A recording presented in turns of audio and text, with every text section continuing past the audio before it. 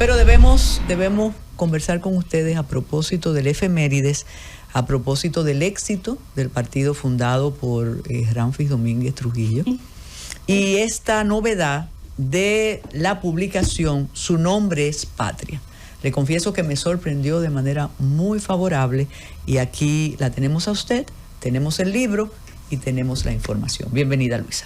Muchas gracias, Carmen, por invitarnos una vez más al programa. Ciertamente el Museo de la Resistencia corresponde a su nombre y resistimos, cada día más fuerte, cada día con más visitantes. Nuestros programas se siguen ampliando para llegar a un mayor número de usuarios. Lo único que ahora, tal y como dice, es mayo.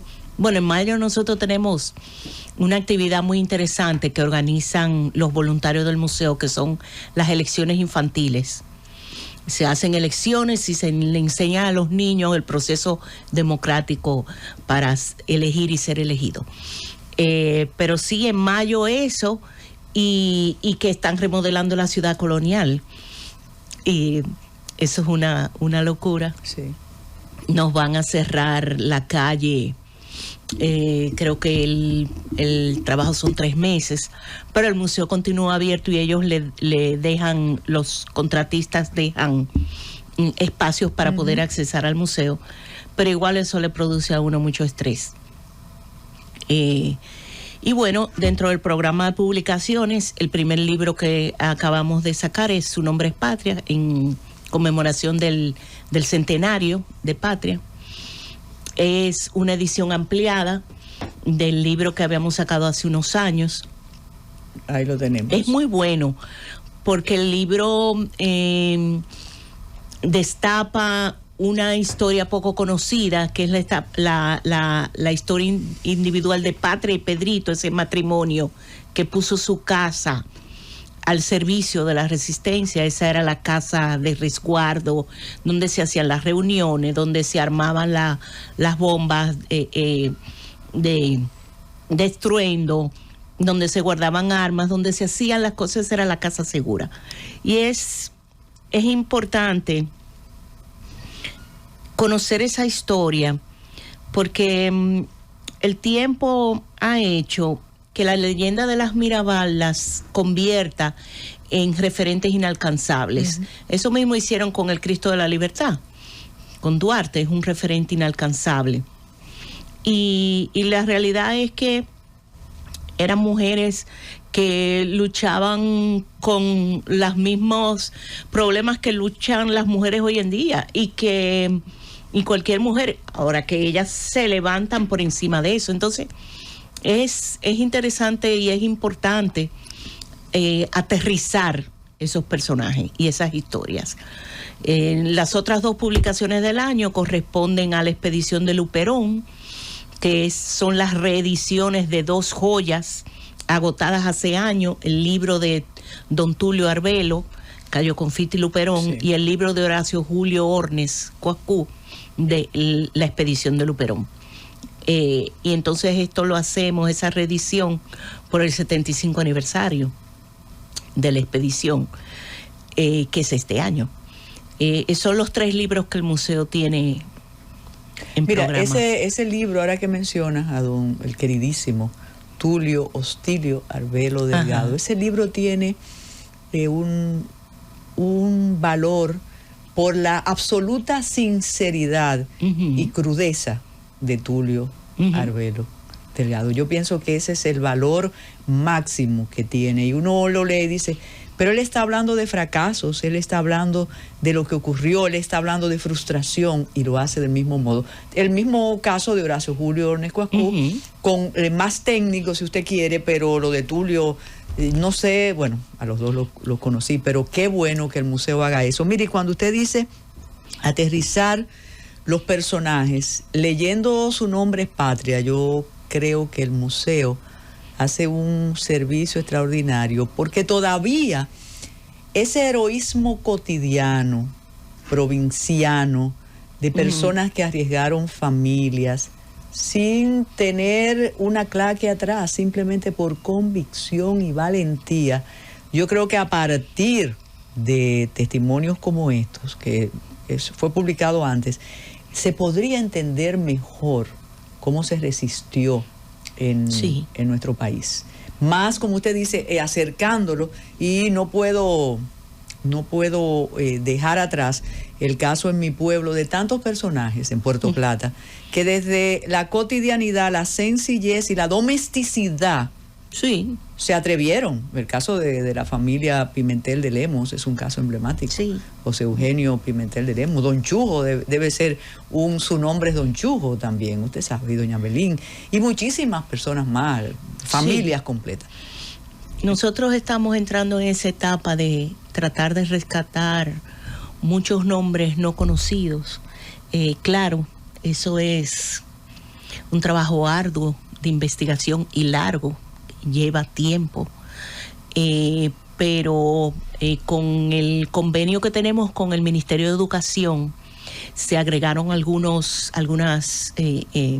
cláusulas, vamos a decir, y una de esas es el trabajar junto con el Ministerio de Educación a través de las regionales y de los distritos en el rescate individual en cada pueblo de los personajes de la resistencia, a través de proyectos de investigación encargados a los mismos estudiantes por los profesores, como una forma de introducir a esos jóvenes a los referentes de su localidad inmediata. Algo como aquello de las calles que ustedes tienen. Exacto. Pero en grande. Exacto. Mayor va a ir de la mano con el programa de la calle. Vamos a empezar, por ejemplo, con nombres de escuelas, de liceos, escuelas que tienen nombres de personajes de la resistencia, pero la idea es que esos muchachos hagan, se involucren y hagan una investigación a nivel estudiantil, pero que sirva de base para entonces el museo ampliar y profundizar sobre esos personajes, pero hacerlo con los estudiantes para que ellos mismos puedan reconstruir su memoria y su historia. Y es una forma de, no me lo digas, enséñame. Entonces, eso es un programa que empieza ahora, dentro del nuevo convenio, entre otras cosas, porque el convenio se renueva cada 4 años con el Ministerio de Educación. Y esa es una de las cláusulas que se agregaron más importantes, porque ya tú sabes, el museo va pasando por etapas y se va ampliando, y ya cuando tiene algo bajo control, vamos a decir, entonces puede lanzarse algo más, porque nosotros somos un equipo limitado, o sea, no es que somos 100 personas, ¿sí? Entonces uno va desarrollando esos programas. Este libro de Su nombre es Patria, que es parte de la conmemoración del centenario, va acompañado de una serie de exposiciones itinerantes. Tuvimos una en Galería 360, ahora se va a instalar en Conuco, en la Casa de Patria. Estamos trabajando también para instalarla en San Pedro de Macorís, en diferentes localidades, sobre la historia de Patria y Pedrito, hogar de resistencia. Y que la gente entienda, porque es que la gente tiene una idea tan romántica y tan desfasada y real de lo que fue, y que asusta, asusta, y entonces uno ve, tal y como dice el éxito que yo no lo veo como un éxito, pero bueno, eso es un negocio pero es el renacer del trujillismo. Es una puerta que le abrieron, no acabo de comprender por qué, a un sector oscuro, y entonces con esta falta de información, la gente repite como un papagayo que aquí lo que hace falta es un Trujillo, y que solamente Trujillo puede traer seguridad. A mí me da mucha risa cuando oigo lo de Trujillo y los haitianos. Me da mucha risa porque Trujillo fue parte de precisamente toda la explotación a principios de siglo, y todo el traer braceros haitianos y violar todo lo establecido normal, no solo de trabajadores, de contratos, de estancia ilegal, o sea, todo. Trujillo se benefició mucho de eso y sus ingenios. Entonces me da risa, con pena, escuchar a la gente que Trujillo era nacionalista cuando Trujillo se forma en un ejército de ocupación, sirve a intereses extranjeros. No es cierto que hace todo lo que quieren decir, pero la gente se lo cree, entonces es preocupante. Mira, hay un acápite en esta conversación aparte sobre el Partido de la Esperanza Nacional, pero volvamos a ese proyecto con el Ministerio de Educación y a propósito de su nombre es Patria. Me encanta que los estudiantes participen en sus provincias y municipios, sobre todo para que alcancen a los que todavía viven. Sí, que son pocos. Son pocos. Ahí en su nombre es Patria están los testimonios de personas que conocieron a Patria y a Pedrito, sí, que han servido por 2 generaciones para ratificar un testimonio. Bueno, una de las pérdidas más recientes es la de don Pachico, sí, y ahí está el testimonio de don Pachico, ese Cibao que se comprometió hasta los tuétanos con el proyecto, de modo que eso es muy positivo. Quedan pocos. Quedan pocos, y no es lo mismo cuando un muchacho escucha, mira, yo estuve en la 40, o mi vecino estuvo, o vinieron a buscarme de madrugada, o tal, de modo que es encomiable ese proyecto. Qué bueno. Sí, nosotros tenemos muchas esperanzas en que el proyecto le va a abrir los ojos a muchos jóvenes, para que estén informados de lo que pasó. O sea, sí, y escojan después de la información, o sea, ¿no? que sepan y sepan lo que van a elegir, para que después no digan que no sabían. Uno tiene la obligación de compartirle el conocimiento. Eso es una obligación. Luisa, los testimonios de los estudiantes cuando visitan el Museo Memorial de la Resistencia, y también las no regionales, pero los lugares que administra el Museo Memorial de la Resistencia. Ahí en una de las salidas del metro que queda en el Centro de los Héroes, hay algo hermosísimo. ¿Qué ustedes reciben? ¿Hay alguna valoración negativa que dicen eso mismo, aquí falta un Trujillo? No. ¿O cómo se...? Es increíble, pero no. No hemos recibido ninguna valoración negativa, todo lo contrario. Inclusive se han dado fenómenos interesantes, porque siempre hay gente, siempre en los grupos hay muchachos que el abuelo fue de un lado o del otro, y los muchachos son implacables, o sea, los adolescentes son, y le dicen a los compañeros, mira, ese es tu abuelo. No diga tu abuelo esto, ¿no? Y a los otros le dicen, oye, cuenta de tu abuelo, cuenta de tu tío, di que al tuyo le hicieron eso. Entonces,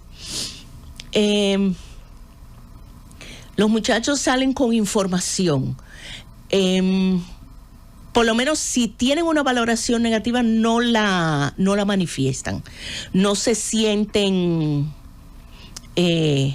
capaces de manifestar después de ver todo eso. O sea, hay que ser muy insensible, muy frío para tú salir después de haber visto todo lo que uno le enseña y decir, no, sí, aquí lo que hace falta es un Trujillo. No.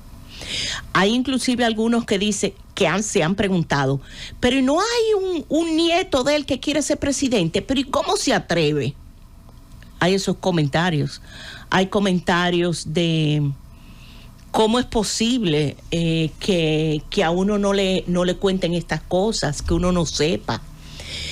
Sí, inicialmente, ya menos, pero inicialmente había cuestionamiento de los estudiantes en sus hogares, porque los docentes, los profesores luego se manifestaban en el museo y decían que los padres preguntaban, y a algunos hasta se quejaban porque los hijos le cuestionaban, o sea, ¿dónde tú estabas? ¿Qué tú estabas haciendo? ¿Y tú qué?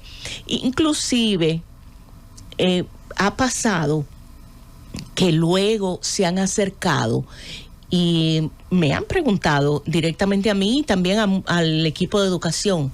Mi abuelo era fulano, él era general y él mataba gente también.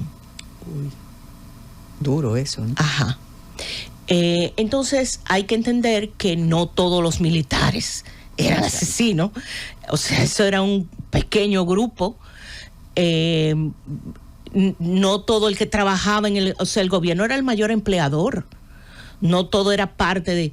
Entonces, eso uno le explica a los muchachos y le dice, bueno, si tú quieres saber más, debes averiguar más en forma individual, pero uno no lo señala, no señala a nadie porque eso es muy duro y además no nos corresponde. O sea, el muchacho, sobre todo si es menor de edad, debe hablar eso con sus padres. Luisa, con tu experiencia como especialista en todos esas conferencias, seminarios, talleres, intercambios en el planeta, sí, el fenómeno que se dio con las víctimas del Holocausto, de negarle a sus familiares el dolor, el sufrimiento, de alguna manera también la humillación, porque es una humillación, como pasa también con los palestinos, como pasa en todos los lugares donde hay persecución. Precisamente hoy traen las efemérides la muerte de Pol Pot, pasó con los Khmer Rouge, toda esa crueldad. ¿Ha ocurrido aquí? ¿Ustedes podrían tener una valoración de que aquí también en las familias se ha callado el dolor, el sufrimiento? Sí, ¿verdad? 100% todavía se calla. Mira, luego de que el museo abriera, el museo, una de las cosas que buscaba era ser un refugio de restitución de la víctima. O sea, el reconocimiento de que hubo víctima y de que la víctima existió, porque parte de la represión era esa. Como aquí no hubo ningún proceso de justicia transicional, ni reconocimiento de la víctima, eso se quedó así. Y al día de hoy nosotros recibimos en forma constante solicitudes de personas descendientes de desaparecidos, hijos, más que nada. Ustedes de tuvieron desaparecidos. un proyecto de cuéntame lo que te pasó. Ajá. Pero esta gente lo que busca es una certificación del museo de que su familiar desapareció. Y eso ha llegado a un punto tal que recientemente nosotros entregamos una certificación de una persona que ciertamente desapareció. Inclusive tenemos no todos los detalles, pero sí los detalles de que fue en la 40, en la fecha cercana, etcétera.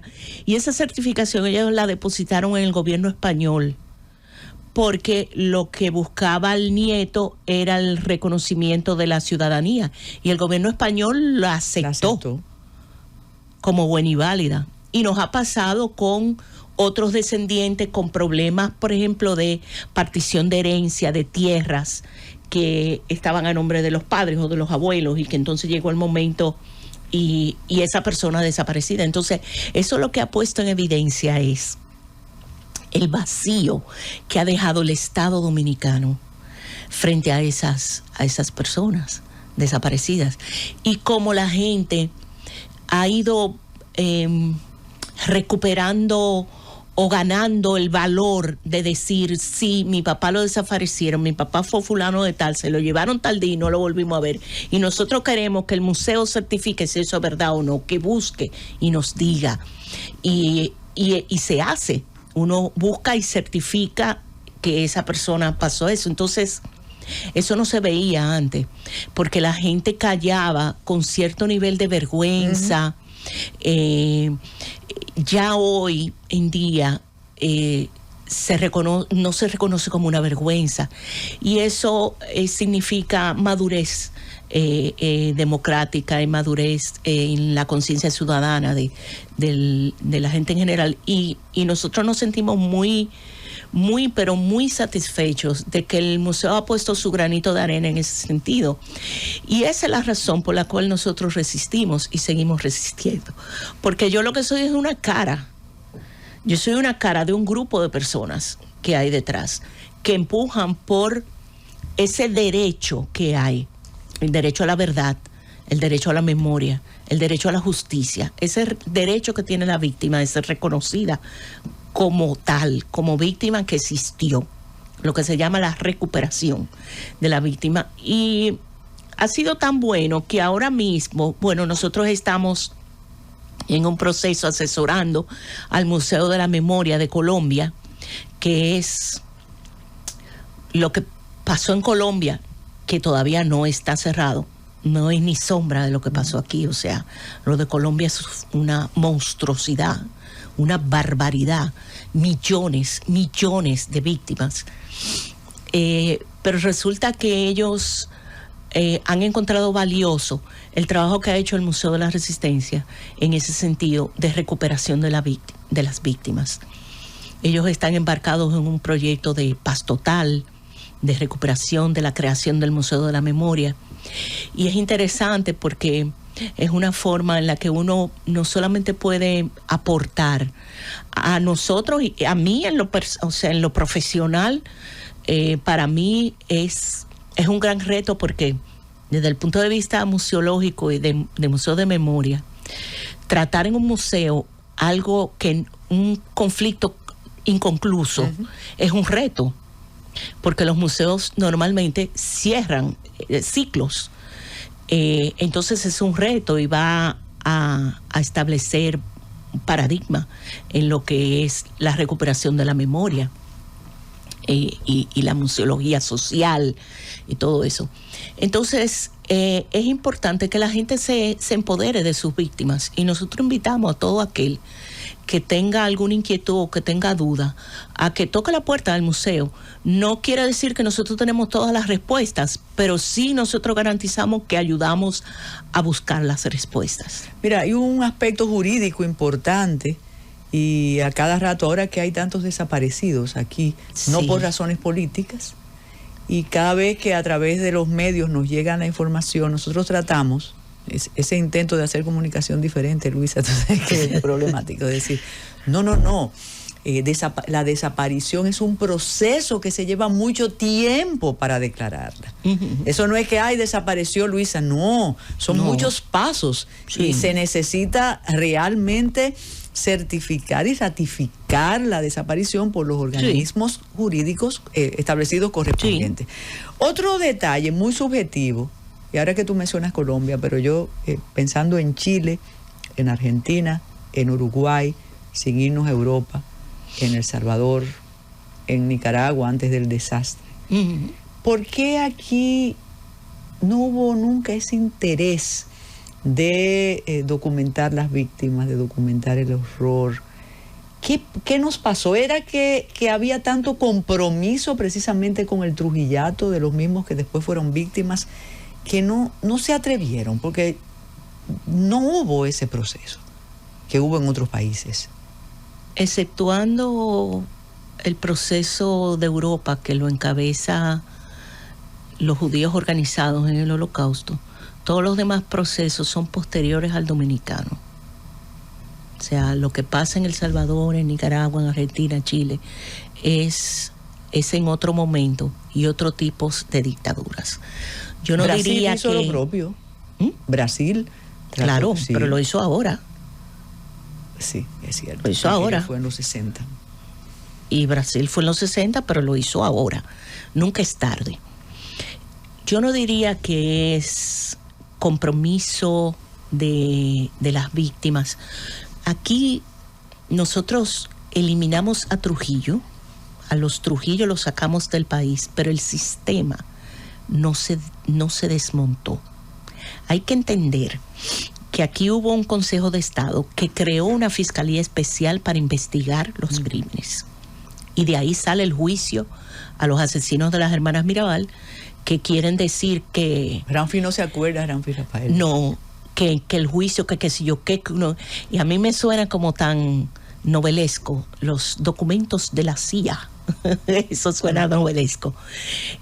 Aquí hubo un juicio abierto donde hubo asesinos confesos, etcétera. Pero primer juicio que fue televisado. Exacto, el primer juicio que fue televisado. Más televisores que nunca. Y que las grabaciones desaparecieron en los 12 años. Hay que recordar que el presidente al momento del asesinato de las Mirabal era Joaquín Balaguer. El hombre fuerte era Trujillo, pero el presidente nominal, el presidente títere, era Balaguer. Entonces, vienen unas elecciones donde hay un compromiso para una gobernabilidad, pero más para llegar al poder de borrón y cuenta nueva. Eso te dice, deja como una amnistía tácita y una posibilidad de reciclaje. Y entonces viene el periodo más convulso, que es el golpe de Estado, el triunvirato, la guerra. Y viene una segunda dictadura. La dictadura del último presidente, la dictadura de Trujillo, Joaquín Balaguer. En esos 12 años no solamente continuó el terrorismo de Estado y el exterminio, también se reacomoda la sociedad dominicana y se crea lo que nosotros tenemos hoy en día es producto de esos 12 años.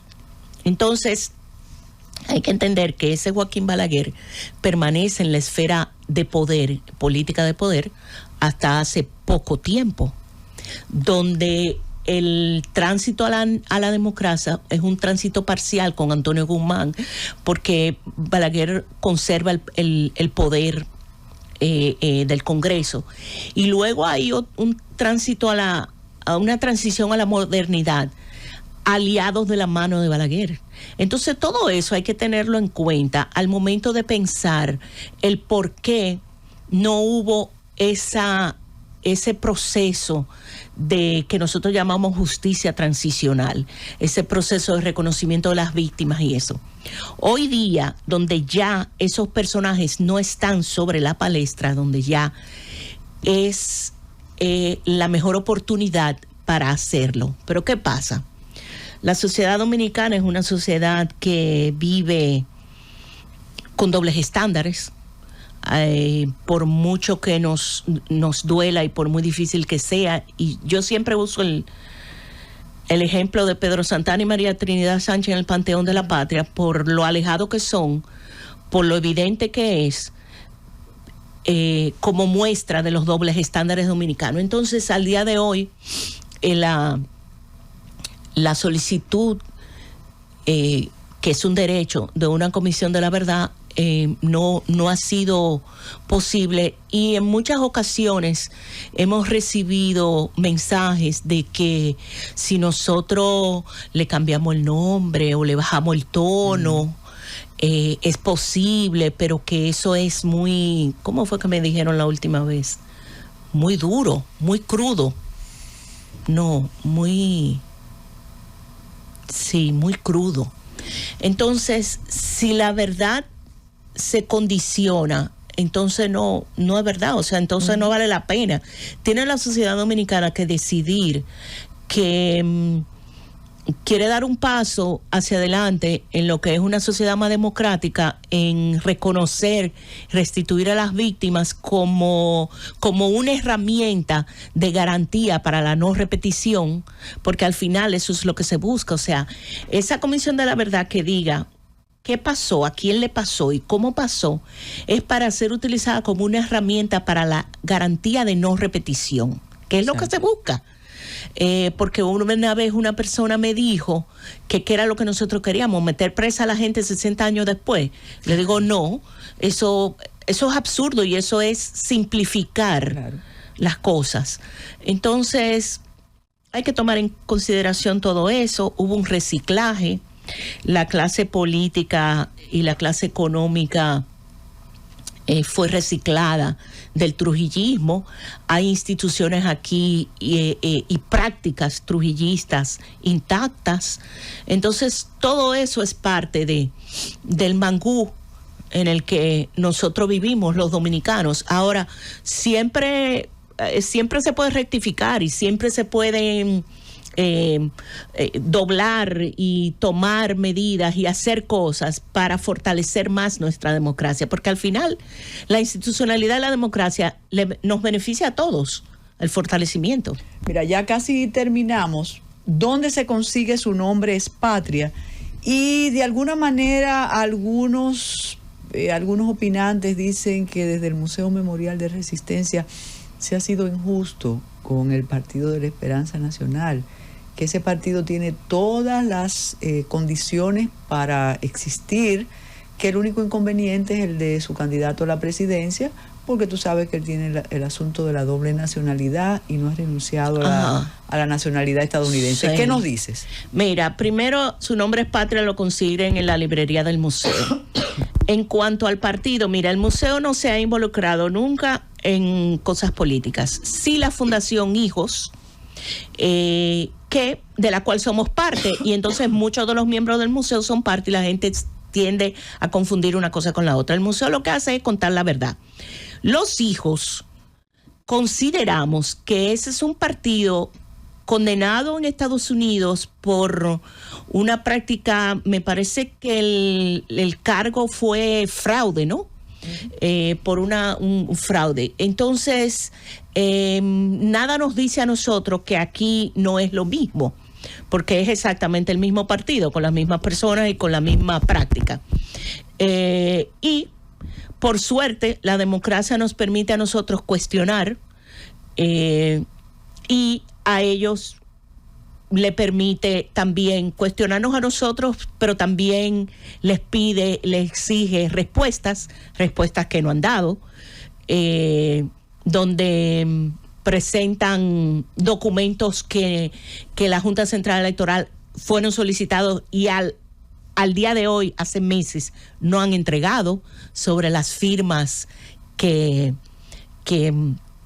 certifican ese partido. Entonces, nosotros entendemos que no nos han probado que el partido realmente cumple, y porque la Junta lo diga, yo no tengo por qué aceptarlo. Yo tengo todo el derecho como ciudadano de pedir las pruebas documentales. Eso es un derecho y la Junta tiene la obligación de entregarlo. No lo quiere entregar porque en este país hay jefes caciques. Bueno, ya es otra cosa. Muchísimas gracias, Luisa de Peña Díaz, directora y fundadora del Museo Memorial de la Resistencia. Después de la pausa, venimos con el doctor Clemente Terrero, el doctor Dengue. Gracias, Francis.